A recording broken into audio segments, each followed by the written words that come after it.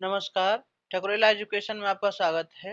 आज की इस क्लास में हम आपके लिए लेकर आए हैं गणित विषय के बहुत ही महत्वपूर्ण प्रश्न। क्योंकि बोर्ड परीक्षा बहुत ही नजदीक है तो उसको ध्यान में रखते हुए इस क्लास में आपको ये भी बताया जाएगा कि आप बोर्ड एग्जाम में किस तरीके से लिखें जिससे कि एग्जामिनर को आप प्रभावित कर सकें और आप अच्छे अंक प्राप्त कर सकें, थोड़ी बहुत कमी हो जिस पर का आपके नंबर ना कटें। तो आइए चलिए शुरू करते हैं। सबसे पहला क्वेश्चन है कि यूक्लिड विभाजन एल्गोरिथ्म से एचसीएफ ज्ञात करना है 180 का और 245 का। करना आप सभी जानते हैं लेकिन लिखना नहीं जानते हैं। तो एक क्रमबद्ध तरीके से आप लिखना शुरू करेंगे कि जब आपको क्वेश्चन मिलेगा लिखने के लिए तो आप इसका हल लिखेंगे। क्वेश्चन तो नहीं लिखना है आपको उत्तर पुस्तिका में, आपको हल लिखना है। आप इस तरीके से लिख सकते हैं कि सॉल्यूशन 1 या उत्तर नंबर 1। एक का फर्स्ट कर रहे हैं तो उत्तर नंबर 1 का फर्स्ट, या हल पहले का फर्स्ट पार्ट कर रहे हैं तो हल पहले का फर्स्ट पार्ट। क्वेश्चन को तो आपको नहीं लिखना है क्योंकि उसमें आपको टाइम अपना वेस्ट नहीं करना है। तो कैसे करेंगे सॉल्व इसे? हमें इसमें लिखना क्या है कि 245 बराबर 180 गुणा क्यू प्लस आर। क्योंकि एल्गोरिथ्म जो होती है यूक्लिड विभाजन एल्गोरिथ्म, वो क्या होती है, ए बराबर बी क्यू प्लस आर। अब यहाँ पे आप इसे कैसे करेंगे कि 180 का भाग लगाना है 245 में। 180 का भाग लगाएंगे 245 में। 180 एकम 180 और इसे घटा देंगे, 5 बचे और 14 में से 8 गए तो 6 बचे। तो इसे आप लिख सकते हैं कि 245 बराबर 180 गुणे क्यू का मान कितना है 1 और आर यानी कि शेषफल कितना है 65। उससे आगे क्या करना है अब कि 65 का भाग लगाना है 180 में। तो 65 का भाग लगा देंगे 180 में। 65 दूनी 130, कितने बचे 50 बचे। तो यहां से आप इसे अब कैसे लिखेंगे कि ये हो गया आपके लिए ए। तो 180 बराबर भाग किसका लगाया है आपको 65 का, 65 गुणे क्यू। क्यू कितना है यहाँ पर 2 प्लस आर, आर कितना है 50। अब क्या काम करना है, 50 का भाग लगाना है 65 में, यानी 50 का भाग आप लगा देंगे 65 में। तो यहाँ पे क्या लिखेंगे 65 बराबर 50 गुणे कितनी बार भाग जा रहा है 50 का 65 में, तो 50 एकम 50, कितने बचे 15। तो 50 का भाग एक बार गया और 15 शेषफल बचा, तो प्लस 15। अब फिर 15 का भाग 50 में लगाना है। 15 का भाग 50 में, 15 तिये 45, कितने बचे यहाँ से 5। तो आप इसे लिखेंगे कि 50 बराबर किसका भाग लगाया है 15 का, और कितनी बार गया है क्यू कितना है यहाँ पर 3। तो 15 गुणा 3 प्लस रिमाइंडर कितना है 5। अब 5 का भाग 15 में लगाना है। 5 का भाग 15 में, तो 5 तिये 15, जीरो बचा। तो आप कैसे लिखेंगे कि 15 बराबर 5 का भाग लगाया है और कितनी बार गया है 3 बार, तो 5 गुणे 3 और शेषफल क्या बचा 0। जब शेषफल 0 बच जाएगा तो रुक जाएंगे और लास्ट में जिस संख्या से भाग हमने लगाया है वही एचसीएफ होगा, यानी एचसीएफ यहाँ पे कितना हो जाएगा इसका 5। किसी भी संख्या के अभाज्य गुणनखंड आपको लिखने हैं कि 245 के अभाज्य गुणनखंड ज्ञात कीजिए। तो अभाज्य गुणनखंड लिखने के लिए आप सिंपल सा काम क्या करते हैं कि उस संख्या को लिखेंगे और इस तरीके से दो लाइन खींच देंगे। अब हम देखते हैं कि किसका भाग जा सकता है। इसका लास्ट डिजिट 5 है तो इसमें 5 का भाग जा सकता है, 3 का जा सकता है, 7 का जा सकता है, 2 का तो नहीं जाएगा।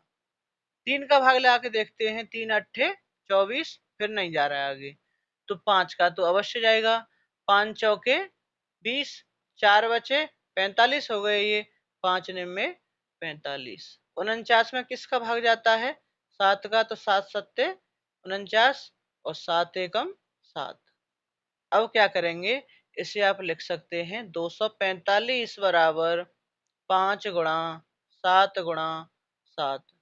तो ये हो जाएगा 5 गुणा 7 की पावर 2 और यही आंसर हो जाएगा।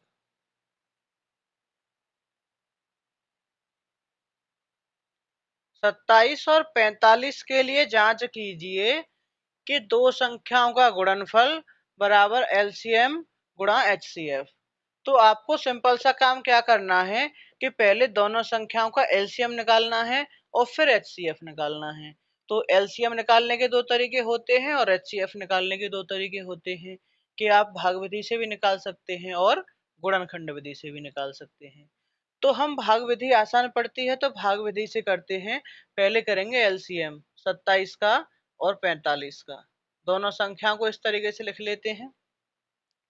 3 का भाग लगाएंगे, 3 निम्मा 27, 45 में 15 बार गया, 15 थी 45, फिर 3 का भाग, 3 तिया 9 और 3 पंजे 15, फिर 3 का भाग, 3 एकम 3 और 5 में भाग नहीं जा रहा है, फिर 5 का भाग लगाएंगे, 1 और 1।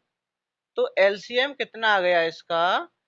3 गुणा 3 गुणा 3 गुणा 5, सबका गुणा कर देंगे।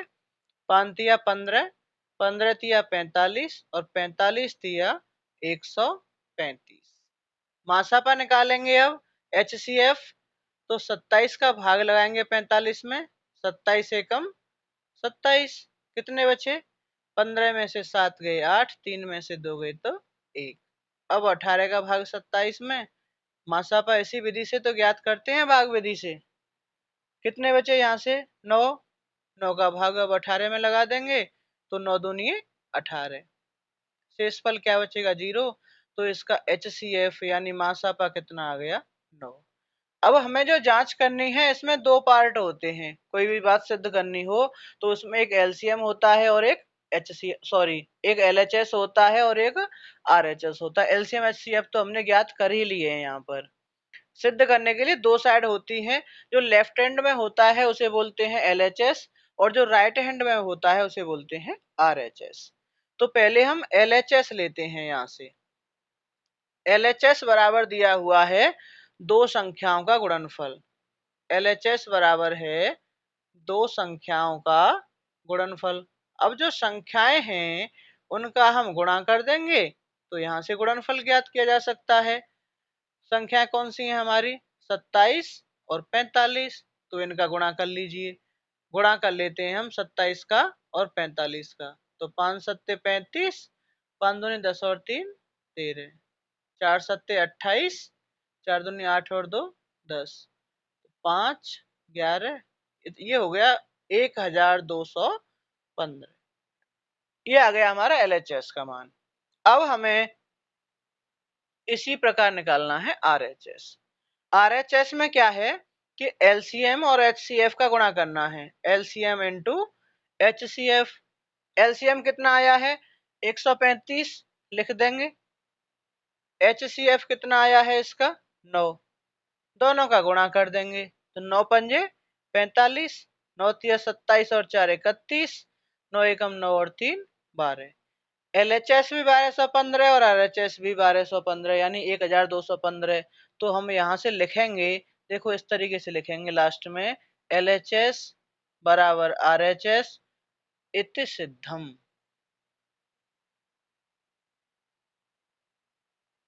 इस तरीके से आप इसे लिख सकते हैं। अगला क्वेश्चन है कि बिना विभाजन किए बताइए कि दशमलव प्रसार शांत है या अशांत। तो यहाँ पे इस कॉन्सेप्ट को जानने के लिए हमें सिर्फ इतनी सी बात जाननी है कि भाग तो लगाना नहीं है यहाँ पर। और भाग बिना लगाए हम क्या करेंगे कि इसका जो हर होता है, हर के अभाज्य गुणनखंड हम कर लेंगे। और हर के अभाज्य गुणनखंडों में यदि ये 2 की घात m गुणा 5 की घात n के रूप का है तो ये होगा शांत। और इसके अलावा यदि इसमें और भी कुछ आ जाता है 2 की घात m 5 की घात n के अलावा, जैसे 3 है कि 5 है, सॉरी 3 है कि 7 है या 11 है और भी कोई आ जाएगा तो ये अशांत होता है।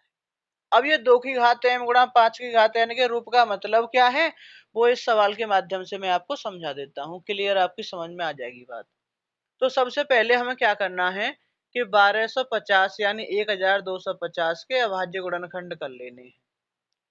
अभाज्य गुणनखंड करेंगे, 2 का भाग लगाएंगे, 2 छिक्के 12, 2 दूनी 4, 2 पंजे 10, 5 का भाग जाएगा, 5 एकम 5, 5 दूनी 10, 5 पंजे 25, 3 का भाग नहीं जा रहा है 625 में, इसलिए 5 का लगाया है। 5 का भाग 5 दूनी 10, 5 पंजे 25 और 5 पंजे 25 और 5 एकम 5।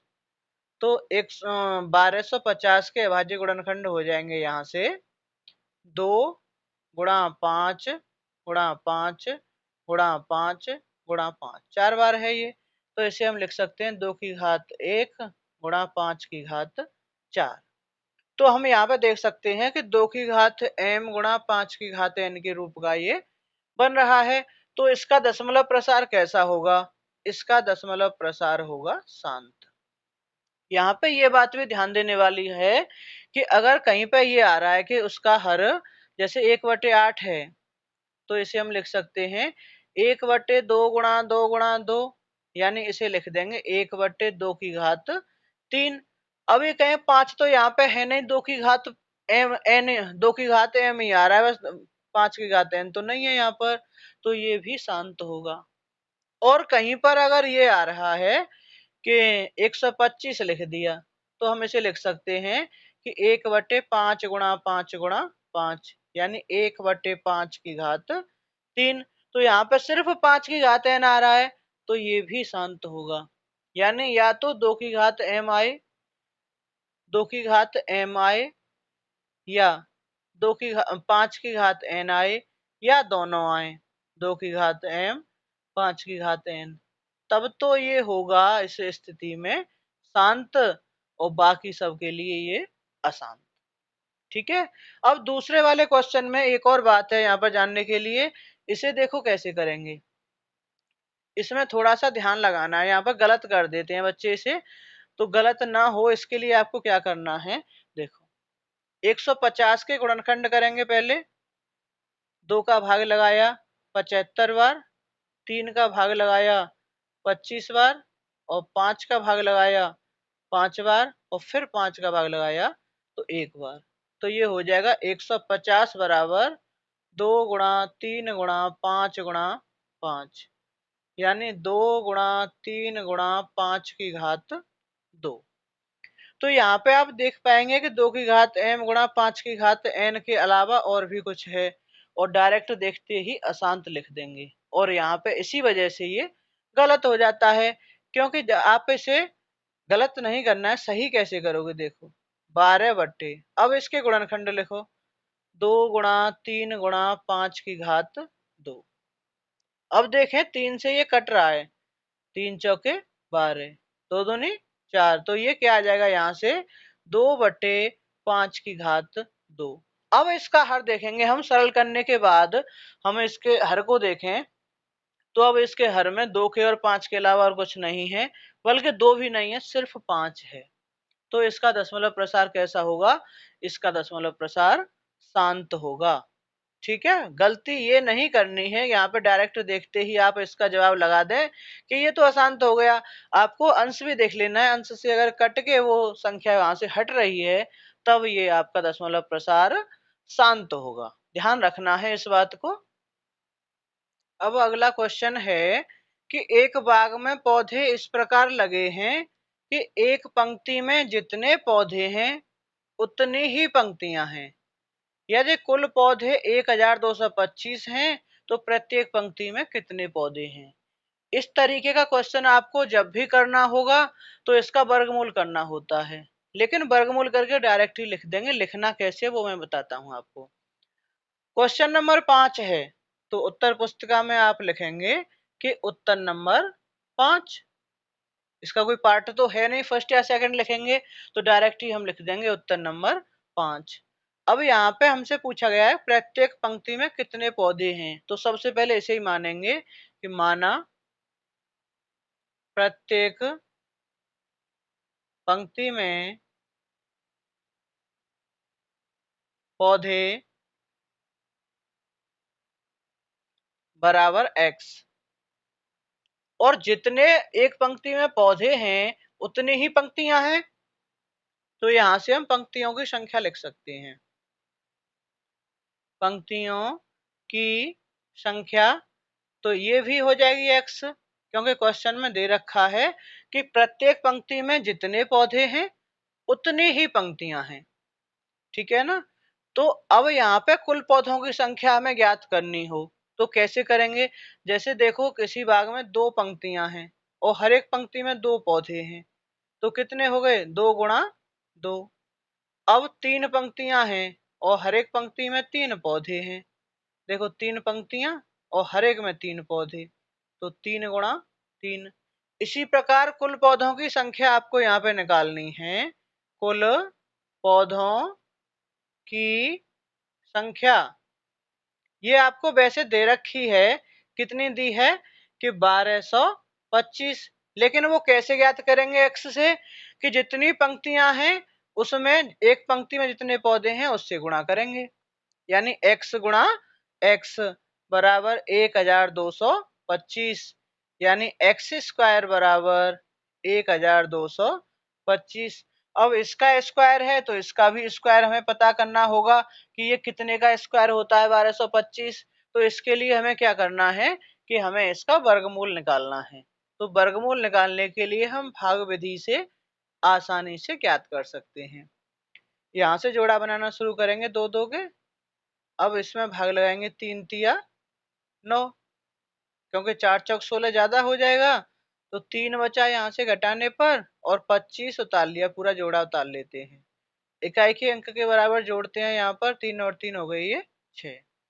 अब वही अंक यहाँ लिखना है और वही यहाँ लिखना है, तो अनुमानित देखते हैं 6 पंजे 30, तो 5 से काम हो जाएगा, तो 5 यहाँ पे 5 यहाँ पे, 5 पंजे 25 और 5 छिक्के 30 और 2 32, तो इसका वर्गमूल कितना आ गया 35, यानी ये 1225 जो है वो कितने का वर्ग होता है 35 का।